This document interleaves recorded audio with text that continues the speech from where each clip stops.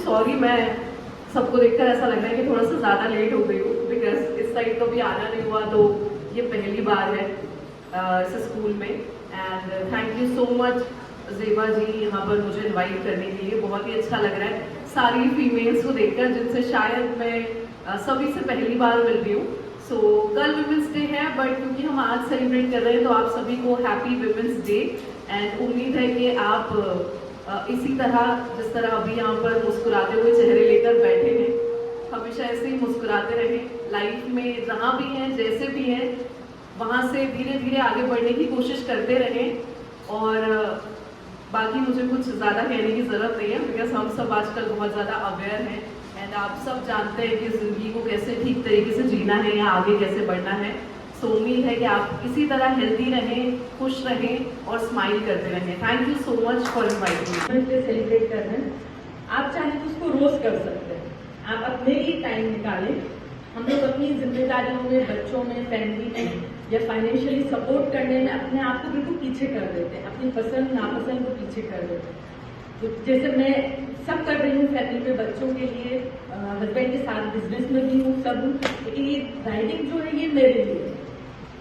ये सिर्फ मैं अपने लिए टाइम निकालती हूँ, अपनी पसंद के लिए। तो वही कहूंगी कि आप लोग भी सब अपने लिए जरूर टाइम निकालें। बाकी सब तो होता रहेगा, लेकिन आप सबको लेके चल रहे हैं तो अपने लिए, खुद के लिए भी टाइम होना चाहिए। उन्होंने इतनी सारी खूबसूरत औरतों से मिलवाया और उनसे मिलके आज का दिन बन गया। मेरा इधर इस साल में 2026 का वो शुरू हो गया। तो हम सबको खुश होना चाहिए। कुकुर ने हम लोग को बहुत नचाया भी और बहुत सारी बातें बताई थी, पर ये हम लोगों की बातें कभी खत्म नहीं होती। पर हमें समय दिया है गवर्नमेंट ने, हम लोग को समय के भीतर अपनी बात बतानी भी है, आपसे कुछ कहना भी है। मुझे बहुत खुशी हुई जब आप इतनी दूर स्कूल है, उसके बावजूद आप इतनी अच्छी फीलिंग्स के साथ में औरतों को इस स्टेज पर लेके आते। मैं दूसरी बार इस स्कूल में आई हूँ। पहले हम लोगों ने जेंडर मुद्दों पर बात की, क्योंकि जेंडर मुद्दे इतने सेंसिटिव मुद्दे हैं। 30-40 साल मध्य प्रदेश के ट्राइबल जिलों में काम करने के बाद मैंने महसूस किया कि हम शहर के रहने वाले और गांव के रहने वालों के परसेप्शन में कितना अंतर होता है। वहाँ कई चीज़ें सहज होती हैं और शहरों में अब भी बहुत सारी मान्यताओं को सही ढंग से नहीं समझ पाते और अपनी बात खुल के कह नहीं ले पाते। जैसा अभी कुकुर ने बहुत सही कहा, हम ये समझते हैं कि गाँव के लोगों को कुछ नहीं पता है, वो हमसे ज़्यादा ज्ञानी है, बहुत चीज़ें समझते हैं। मैं एक उदाहरण हमेशा देती हूँ। गांव की एक बच्ची थी 14 साल की।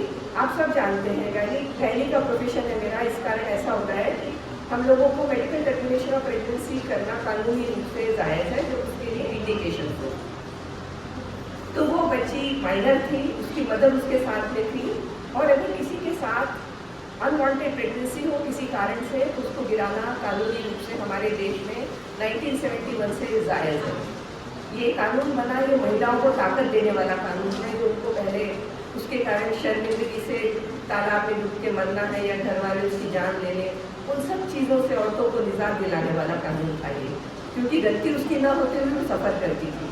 ऐसे ही एक बच्ची अपनी माँ के साथ जब आई अबॉर्शन की, उसको मेडिकल टर्मिनेशन ऑफ प्रेगनेंसी कहते हैं। हम लोग जिस जनरेशन में बड़े हुए उसमें हम लोग एक अलग तरह के मापदंड दिमाग में लेके चलते थे कि हम तो बहुत साफ सुथरे हैं, बिल्कुल ऐसा ही होना चाहिए, शादी के अलावा कोई संबंध नहीं, अगर हो गया तो उसी के साथ होगा। हम लोगों ने शायद फिल्में भी उसी किस्म के देखी, घर की परवरिश भी हुई होती, तो आप अपने दिमाग में इमेज बना के चलते। और मैंने वो बेवकूफ़ी की भी, कुछ लड़कियों की मैंने ज़बरदस्ती शादियाँ भी करवा दी।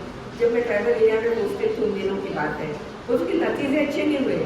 कुछ दिनों बाद पता चला उस लड़की की प्रीमेच्योर डिलीवरी भी हो गई और उसके घर के लोग उसे मारपीट करने लगे और मैंने अपना सिर पकड़ा और मैं बहुत पछताई। उसी बीच में एक दूसरी बच्ची आई जो छोटी थी, और जब उसके एमटीपी के लिए मैंने उसको बोला कि नहीं तुम मत कराओ, तो उससे शादी क्यों नहीं कर लेती उसी लड़के से। तो वो बोली आपको नहीं समझ में आता है, वो कुछ नहीं करता, वो पढ़ता लिखता भी करने का मौका नहीं मिलेगा। उसने मेरे दिमाग पे जैसे हथौड़ी मारी। उसके बाद से मैंने समझा कि किसी की परिस्थितियों को हम दूर से बैठकर नहीं समझ सकते। जब तक उसके दिल में हम न जाए, हम अपने पैमाने बना लेते हैं, पर हमें उन किन परिस्थितियों में जो कानूनी रूप से जायज़ है वो काम हमें करना चाहिए। हमें अपनी तरफ से किसी के लिए प्रीचर बन के नहीं जाना है, या जो स्थापित मापदंड है उन्हीं को दोहराना नहीं है। हमें सीखना है कि समाज की ज़रूरत क्या है, वो किस दिशा में जा रहा है। ये कानून जिन लोगों ने बनाए हैं वो क्या सोच के बनाए हैं। वो लड़की ज़रूर आज कहीं अच्छी नौकरी कर रही होगी और मैं सोचती हूँ कि उसने मुझे जो सीख सिखाई उसके कारण बहुत सी मैंने अपने विचार बदले और मैं किसी PNDT एक्ट से जुड़ गई और एक ओनली डॉक्टर्स क्लब बनाया था। आज रेवा मैडम ने बहुत लोगों को ऑनर किया, उसमें से कई बेटियों की माएँ भी हैं। बेटियों की माओं को बहुत ही खराब तरीके से देखा जाता था। हम जिन दिनों में मेडिकल कॉलेजेस में थे, लोग बेटी होने पर रोते थे, डॉक्टर्स ही बने। तो हम सोचते थे क्या वो इतनी प्यारी और गुलगुलती बच्ची हुई है, क्यों रोने लगी सब बैठ के। तो बोले अरे तुम्हें समझ में नहीं आ रहा है, उनकी बेटी हुई है। जब मैं सीजर करके बेटी निकाल के किसी को हाथ में देती थी, लोग रोने लगते थे। बोले सीजर भी हो गया और बेटी भी हो गई, मुझे क्या गुनाह हो गया। अब हमने मिठाई बांटना शुरू किया, हमने उन बेटियों को कपड़े देना शुरू किया, उन बेटियों के लिए खाना देना शुरू किया और हमने कहा तुम लोग शोक मत बनाओ, हम खुश हैं। तो ये मैं 15 की बात आपको बता रही हूँ। तब PNDT एक्ट आ चुका था और हम उसकी अगली इम्प्लीमेंटेशन करने वालों में से थे। मेरे पास सोनोग्राफी मशीन थी पर हम नहीं करते थे। लोग कहते थे कि आपकी मशीन खराब है, आपको दिखता नहीं है। हमने कहा नहीं दिखता, हम होगा भी तो हम नहीं बताएंगे। MTT करना जायज़ है और बेटा बेटी जान के बेटी को खत्म करना गलत है। तो हम अपने अपने हिस्से में जहाँ हम खड़े हैं, अपने हिस्से में जो काम हम कर सकते हैं अपने लिए, अपने जैसी इस धरती पर आई हुई दूसरी औरतों के लिए, तो हम समझिए अपनी ज़िंदगी का एक पल सार्थक करते हैं। हमको समझना चाहिए कि हमारे जीवन में जो हमने तकलीफ़ें उठाई, उन्हीं तकलीफ़ों से गुजरने के लिए हम दूसरे को क्यों मजबूर करें। हमने जो समझा कि ये कष्ट है, तो हम क्यों नहीं चाहते कि दूसरे को उस तकलीफ को न उठाना पड़े। तो हमें अपने ऐसा नहीं कि हमें कोई दूसरा सिखा नहीं सकता। हो सकता है मैं आपको कुछ भी न सिखा पाऊँ, पर हो सकता है जो छोटी बच्ची सामने आपके बीच में बैठी वो आपको सिखा जाए, आपकी बच्ची कि माँ ये ठीक नहीं है, तुम्हें ये करना चाहिए था। और हम सच में अपने आप को रिव्यू करने के लिए हमको हर वक्त तैयार होना चाहिए। मेरी यही सीख आप लोगों से कहना यही है कि हम अभी भी हर पल कुछ न कुछ सीखते हैं। खुद मुझसे कई बरस पहले मिली थी, मैं भोपाल में जब नहीं आई और इसमें इतनी ऊर्जा और इतना उत्साह था। और उस समय मैं IC ब्यूरो में काम किया करती थी, state of Madhya Pradesh government का जो IC bureau, information communication bureau, उसमें डिप्टी डायरेक्टर थी। तो मुझे लोगों की तलाश से PNDT चूँकि मेरे दिल के करीब का विषय था, तो मैं खुद को छेड़ती रहती थी कि PNDT पे काम करना है, PNDT पे काम करना। और हमने इसको अपने साथ जोड़ा, UNFPA का जो प्रोजेक्ट था उससे जोड़ा और हमें बहुत खुशी होती थी जब हम स्कूल्स और कॉलेजेस में बच्चों के बीच जाके अपनी विचारधारा उनके बीच में डालते थे। तो हमें लगता था हाँ कि बेटियों के हक में काम हुआ। क्योंकि थैंक यू सो मच। सबसे पहले तो ज़ेबा जी, बिकॉज आज तक मैं बहुत सारे वुमेंस डे के फंक्शंस में गई हूँ जहाँ पर फीमेल्स को बुलाया जाता है जो अच्छा काम कर रही हैं और अप्रिशिएट करा जाता है, लेकिन पहली बार मैं किसी ऐसे फंक्शन में आई हूँ जहाँ पर पेरेंट्स को भी बुला के मदर्स को इतने अच्छे से सम्मानित किया गया है, उनका जो कॉन्फिडेंस है वो बढ़ाने के लिए। तो इसके लिए आप सब एक बार तालियां बजाएं। उनकी खुद की कोई आइडेंटिटी नहीं होती थी, उनकी खुद की कोई हॉबीज नहीं होती थी। उन्होंने अपना पूरा जीवन जो है वो समाज को समर्पित कर दिया। एक कम्युनिटी, जिस भी कम्युनिटी से हम आते हैं उस कम्युनिटी को समर्पित कर दिया, इसलिए वो हमेशा उस समाज को ही अपनी जिंदगी मानते हैं।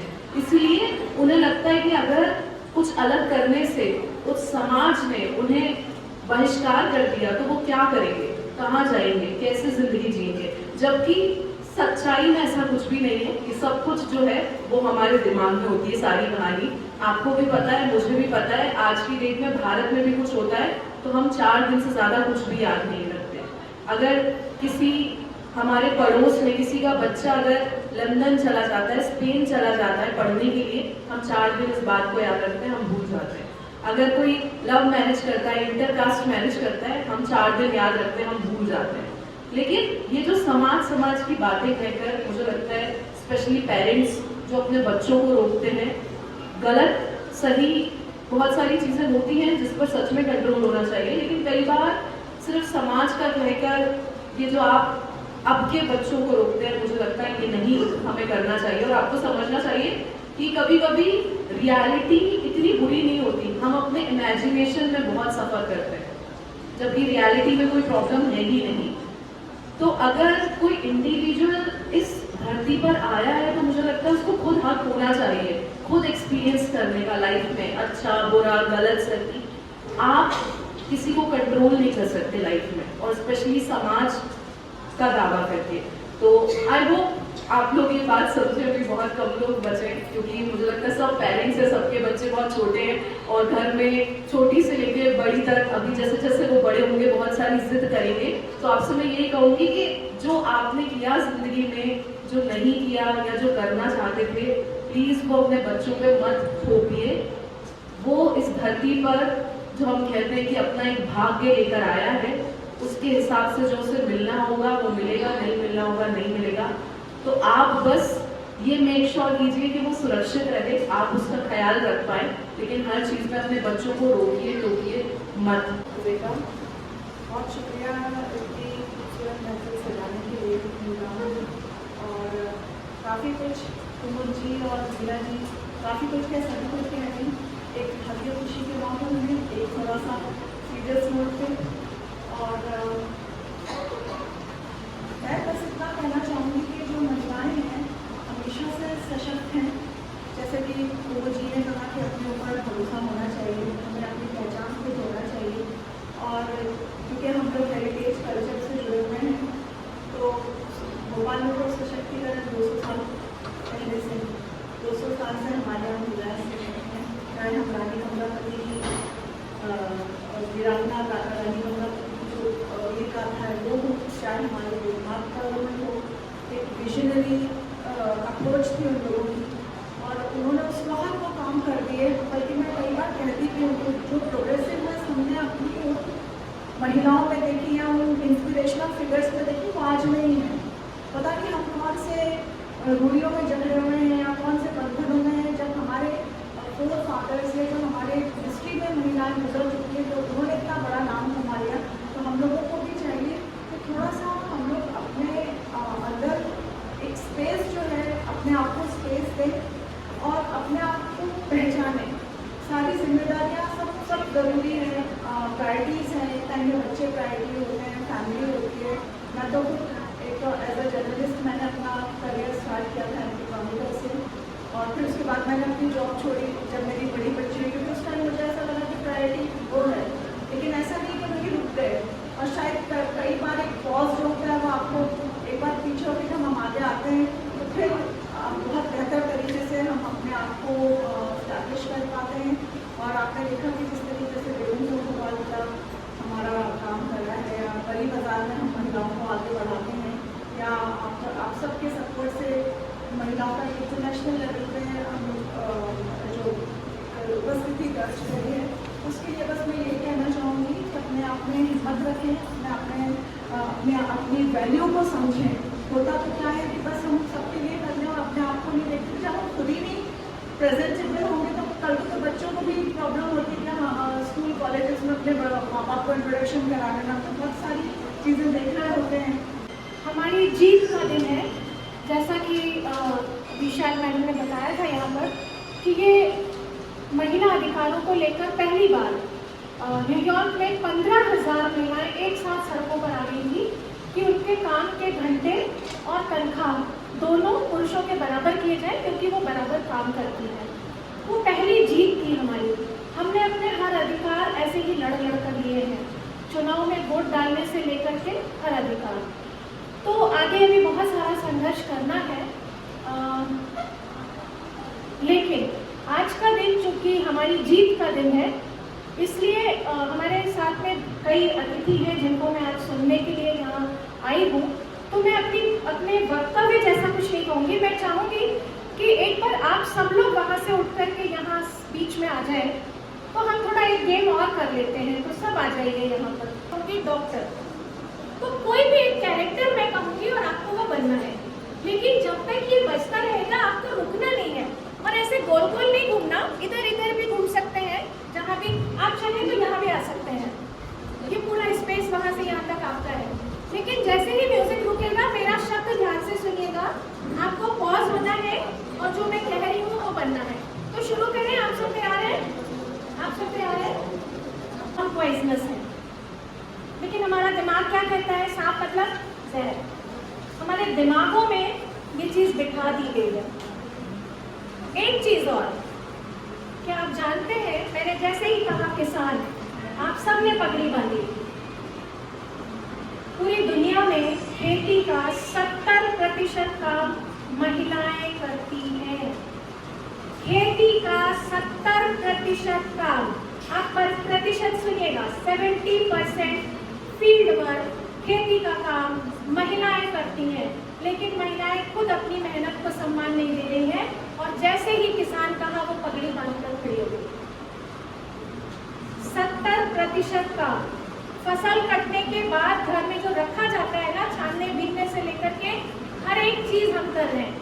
आप में से कई मम्मियों से मैं पूछूंगी आप क्या करते हो, जवाब आता है मैडम हम तो कुछ नहीं करते।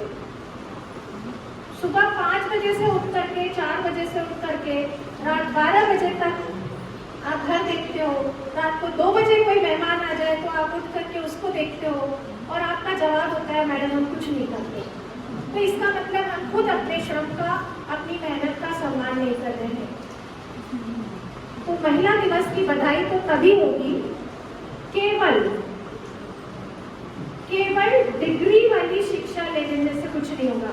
मैं MA हूँ, मैं डॉक्टर PhD कर ली है, मैंने ये कर लिया है, लेकिन अगर मैं अपनी आज़ादी नहीं ढूंढ पाई कहीं भी। अभी एक डांस किया उस बच्ची ने, आप सबको उस गाने के बोल बता रही हूँ, घर जाकर के जरूर सुनिएगा, YouTube पर ढूंढिएगा, मन के मंजीरे, 5, 6, 10 बार सुनिए, मुझे लगता है आपको खुद से प्यार हो जाएगा। वो आपकी आज़ादी का गाना है। तो प्लीज खुद को सम्मान देना महिला दिवस से शुरू करिए। मेरे लिए बोलने के लिए इतना कुछ रहता नहीं है, but still international women's day है एंड सब लोग एम्पावरमेंट वगैरह की बातें ऑलरेडी कर चुके हैं। मेरे पिछले 12 साल के अनुभव में मेरा यही मानना है कि जब भी मैं कोई ट्रेनिंग करती हूँ या किसी भी जगह मुझे महिलाओं के ऊपर बोलने का अवसर मिलता है, तो मैं हमेशा इसी चीज़ पे फोकस करती हूँ कि महिलाओं को, बच्चियों को हमेशा ये बोला जाता है, या हमारे मूवीज़ में देख लो या हमारे गीतों में भी, या जो हमारी परंपराएं हैं, तो हमेशा यहाँ तो या हर धर्म में इनफैक्ट लड़कियों को, बच्चियों को या तो देवी माना गया, या बहन माना गया, पत्नी, और सारे जो उनके रोल्स हैं, जो उनके अधिकार हैं, जो उनकी ड्यूटीज हैं, वो उनकी एक देवी के रूप में या एक संगिनी के रूप में या बेटी, बहू, ऐसे पत्नी के रूप में उनकी अलग अलग रोल्स को डिफाइन कर दिया गया। एंड जब भी जब बात आती है नारी की, जब हम उनके कानूनों की बातें करते हैं, अधिकारों की बातें करते हैं, तो जो मूल जो होना चाहिए कि उसको मानव, कि महिला है वो एक मानव है, वो ह्यूमन है, तो एज अ ह्यूमन उसके जो अधिकार हैं, जो उसकी इच्छाएं हैं, जो उसके कर्तव्य हैं स्वयं के प्रति, उस पर कभी फोकस नहीं होता है, या फिर समाज उसको जानबूझ के अनदेखा करता रहता है। तो जब भी महिलाएं, तो क्योंकि समाज को महिलाओं के अलग अलग रूप से फायदे मिलते हैं, तो वो तो वैसा ही करते रहेंगे, बट हर महिला को हमेशा